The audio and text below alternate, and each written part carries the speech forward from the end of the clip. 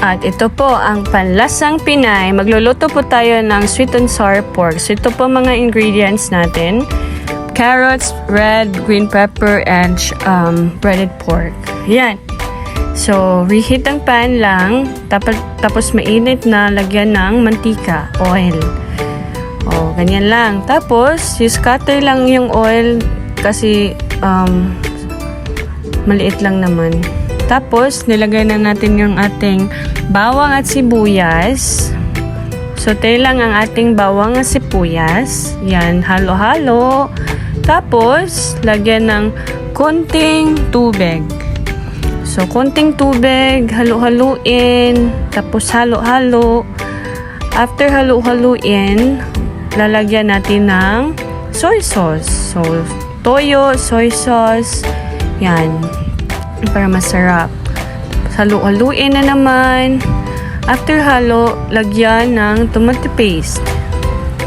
So, tomato paste, kasi meron tayong natirang tomato paste kagabi, so gagamitin natin instead of ketchup.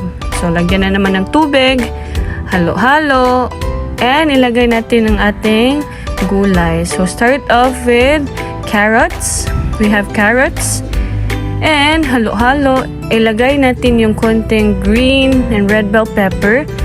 Tirhan natin later kasi ang iba ilagay natin mamaya.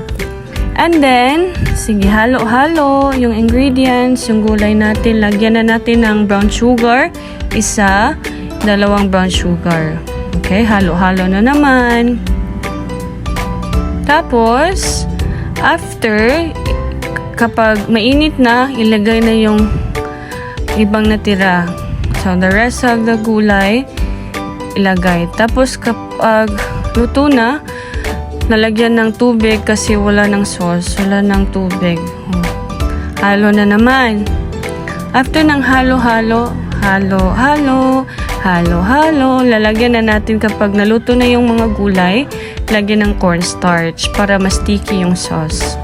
So, cornstarch, halo-halo, halo na naman, halo-halo, halo na naman. O, ganyan lang. Tapos, maluto na. Kapag feel mo na pwedeng-pwede na ilagay na yung breaded pork. Yan. Niluto ko yan kanina. Yung mga leftover yan na pork. Tapos, kapag luto na, of course, for design, lalagyan natin ng sesame seeds. At yan lang